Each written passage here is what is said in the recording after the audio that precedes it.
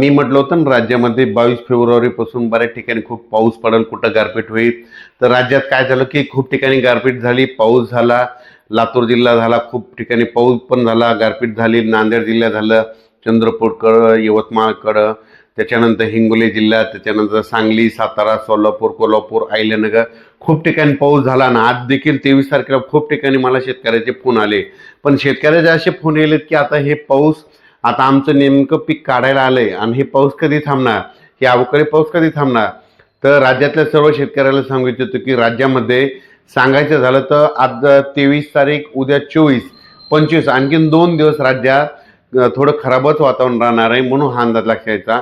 आणखीन 2 दिवस पावसाचं वातावरण राहणार आहे.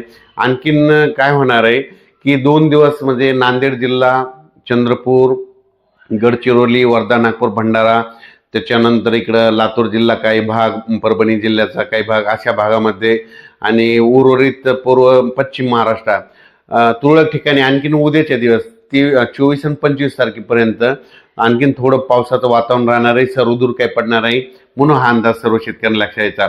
पण राज्यात मात्र 26 तारखेपासून 26 फेब्रुवारीपासून हवामान कोरडं राहणार आहे. पाऊस काय येणार नाही. उन्हाची तीव्रता वाढत जाणार आहे. म्हणून हा अंदाज खास करून महाराष्ट्रातल्या सर्व शेतकऱ्यांनी लक्षात घ्यायचा. म्हणजे 26 तारखेपासून ते 10 मार्चपर्यंत जवळपास 10-12 दिवस हवामान कोरडं राहणार आहे. पाऊस येणार नाही. 1 मार्चपासून राज्यात काय होणार आहे, उन्हाचा पारा वाढत जाणार आहे. सांगायचं झालं तर विदर्भात देखील ना 41-42 अंशापर्यंत उन्हाचा पारा जाणार आहे. म्हणून हा विदर्भातल्या शेतकऱ्यांनी अंदाज लक्षात घ्यायचा. त्याच्यानंतर पूर्व विदर्भातल्या शेतकऱ्यांनी देखील अंदाज 1 मार्चपासून पूर्व विदर्भात वर्धा, नागपूर, भंडारा, गोंदिया, चंद्रपूर त्या पट्ट्यात देखील चांगलं 42-43 अंशापर्यंत उन्हाचा पारा वाढणार आहे. म्हणून त्यांनी देखील हा अंदाज लक्षात घ्यायचा. त्याच्यानंतर मराठवाड्यात देखील सर्व शेतकऱ्यांना सांगू इच्छितो की 26 तारखेपासून 26 फेब्रुवारीपासून तुम्ही गहू काढू शकता, कांदा काढू शकता, हरभरा देखील काढू शकता. कारण की 26 तारखेच्या नंतर हवामान कोरडं राहणार आहे. 26 फेब्रुवारीपासून हवामान कोरडं राहणार आहे. म्हणून मराठवाड्यातील शेतकऱ्यांना शेतीची कामे करायला काही हरकत नाही. त्याच्यानंतर उत्तर महाराष्ट्र आणि पश्चिम महाराष्ट्रातल्या शेतकऱ्याला सांगू इच्छितो की आणि 24 आणि 25 2 दिवसच वातावरण खराब राहणार आहे. पण 26 तारखेपासून हवामान कोरडं राहणार आहे. 26 तारखेच्या नंतर तुम्ही कांदा काढू शकता, गहू काढू शकता, हरभरा काढू शकता. म्हणजे सांगायचं झालं तर राज्यात 1 मार्चपासून राज्यात पूर्व विदर्भ, पश्चिम विदर्भ, दक्षिण महाराष्ट्र, उत्तर महाराष्ट्र, कोकणपट्टी, खानदेश सगळीकडेच उन्हाचा पारा वाढत जाणार आहे.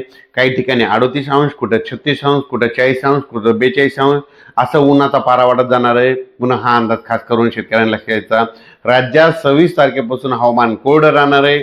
म्हणून हा अंदाज सर्व शेतकऱ्यांनी लक्षात घ्यायचा आणि आपण आपलं हरभऱ्याचं पीक काढू शकता, गहू काढू शकता.